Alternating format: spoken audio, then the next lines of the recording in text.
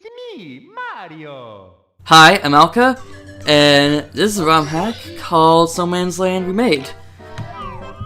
So, this ROM hack is a bit different than the previous ones, and it's the start of some differences.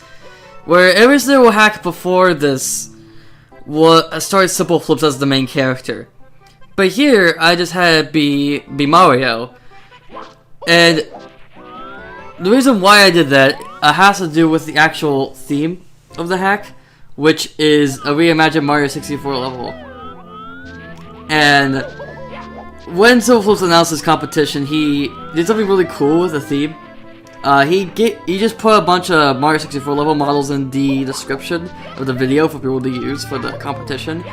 So here is Peach's Castle, which I just took the Peach's Castle model in the description and I just did a little retexture for the little hub world here, with the water being replaced with kind of like frozen lava type of thing.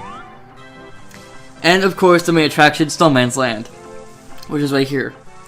And with this competition, I just really like the idea. I really like the theme of like, ooh, a reimagined Mario 64 level.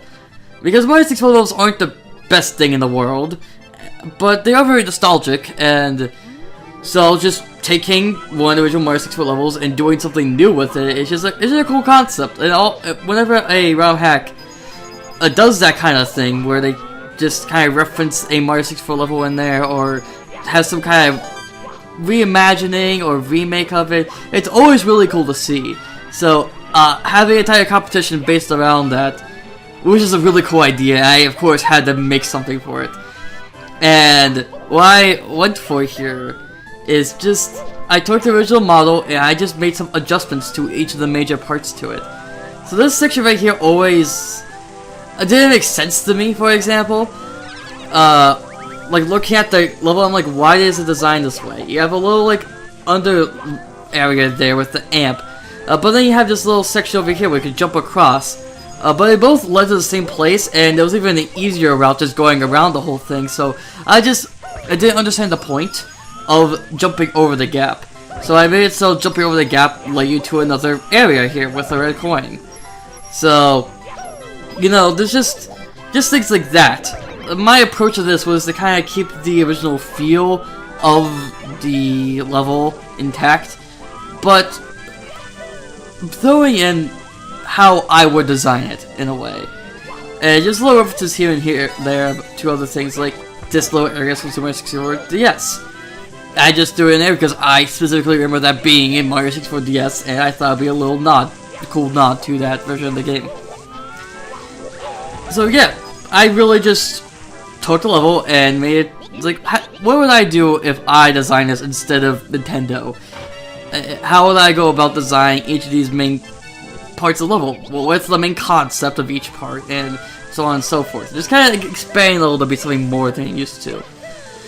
Like here, this is a section that before, which is a little platform that you fought the Chill Bully on, but now I expand the entire lava lake to be this whole entire huge lake that covers the entire section of the level. So it's more than just a boss arena. Now it's its own kind of designated section that feels very different than the rest, platforming on these little blocks and stuff. And now there's a challenge there of getting to the Chill Bully. How do you get to the Chill Bully on top of the little platform there? And another thing is money bags. So you see the coin there? So some of the coins in Snowman's Land are secretly enemies called money bags. And there was a few moments where it's just like, okay, yeah, it kind of tricks the player into thinking that is a normal coin. But I tried to expand upon that idea a little bit, adding a few more. Because this is the 10th level of the game, it should be more difficult. So I feel like the little coin enemies, the money bags, making them more tricky in design would lead into that feeling more. So yes, just each area of the level, I expand upon the concept to be just a bit more. It also just kind of feels like you're coming back to Snowman's Land, and now it's all expanded. Kind of like how in Ukulele you could expand levels in there. It kind of gives off a similar feeling as to that. So yeah, just expanding the idea, you know, the original level, that area that we just went past, the little, spin drift, you originally bounce on them to get to the other side, and the Star Wars is over there, on the other side of the pond, but I made it so you had to go even further to get to the box. And here, originally in the level, there was a penguin that you had to get behind to be able to not get blown off by the snowman. But I wasn't sure how to completely replicate that, so I decided to go for a bit of a different approach, where you just climb around the snowman's neck, which I thought would be a bit unique, and just be like, oh, well, that's kind of cool, that's kind of different. It's kind of fun, type of thing. So yeah, that's the overall just design level. I also tried to kind of fix some exploits in the level as well, and also just make it look a bit better.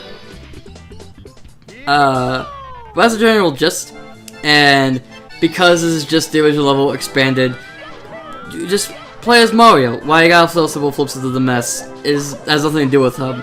So you just play as Mario, and it feels like this could be a level in a ROM hack of just all the levels in Mario 64 reimagined. So I just chose a level, and it kind of took this design spin with it. And I saw Snowman's Land was kind of weirdly designed, so I chose that one. Just because, like, I felt like I could really expand upon the concepts introduced into this level. But other than that, it's really just Mario 64 through and through. There's not really anything else to it other than just the level has been changed to be a bit different now in a reimagined sense. But yeah, I remember this level not taking very long to make, just like the hack itself. Less than a week, I remember. And you know, it was fun making this. It was different than what I've done before. Like every hack, I tried to do something different to do something better than I did the previous time. So I did extra things in here, like the moving textures, for example. There's a little lava fall there. The frozen lava fall has moving textures, which is something I wasn't able to do before, but I tried to do in this hack, and just things like that. And I really like how this turned out.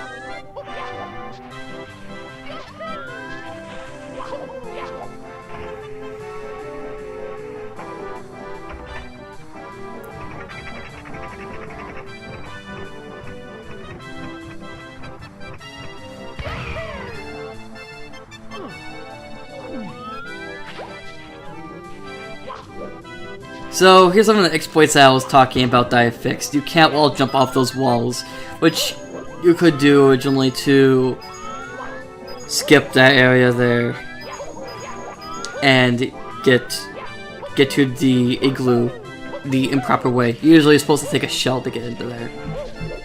Of course, I did change that in this version to be a bit different once again. As something else I also tried to do, other than just reimagining the level to be better and to be how I would design it, I also changed it to be more unique, because I didn't want someone who's played Mario 64 to play this and feel like they're just playing through Snowman's Land again. I wanted to play through this and feel like they played something new. You know, they aren't just playing Snowman's Land. There's a Snowman's Land with a twist. So each of the stories has some kind of twist to them to make them a bit different than the original. And so here you have to get to the chill bully. You have to use a switch, and so that's a bit different. You can't just go into the platform. You have to do a little bit of a timer challenge here to get to the chill bully, and then the arena is also just a bit different once you get up here.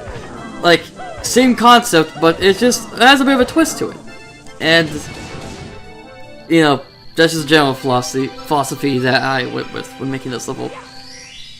Something else to note in this hack is that this is the first hack that I went by a different name.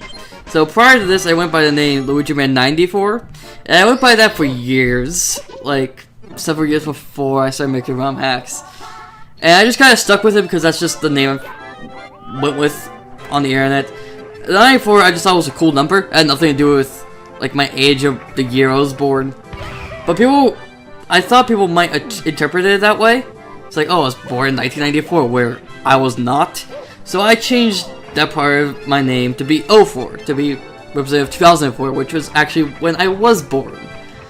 And I didn't really like the name, but I didn't know what else to change it to at the time. It's like, I don't want to be Luigi Man, but, you know, what else am I gonna be, right? I already have it. I've gone as Luigi Man for years, like, what am I gonna change it to now? So, I've changed my name for a third time, relatively recently, to be Alchemist, which I love as a name. So I changed my name 3 times, and this is the first hack I went by Luigi Man 04. And some people were confused by it at the time, so yeah, I just tried to get the transition of my name to be as smooth as possible. Whereas, like, I tried, when I submitted the hack, I put my name as Luigi Man 04, and in the hack I put Luigi Man 94, aka Luigi Man 04. I had both names there, so people wouldn't be confused, not think it was a typo or anything.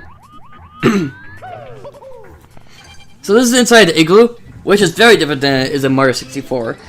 Once again, throwing a spin. So, like I said before, in Mario 64 you use a shell to get in to the igloo, but you don't really use the shell after that. So, instead of using the shell to get into the igloo, you use the shell inside the igloo. And now the igloo, instead of being an actual igloo on the inside, it's along the lines of Super Mario Sunshine, where there's a Super Mario Sunshine-esque secret course that uses the shell as a platforming mechanic, which I thought was a really cool idea. You know, it's a twist on the igloo, and it felt like it so fit the theme because you still had to use the shell in the mission. And people really seem to like it, so I'm glad that I went with this idea. Because it's just a cool, fun little thing. You know, it's just a bit different than usual. And that's the entire hack. It's just Snowman's Land, but a bit different.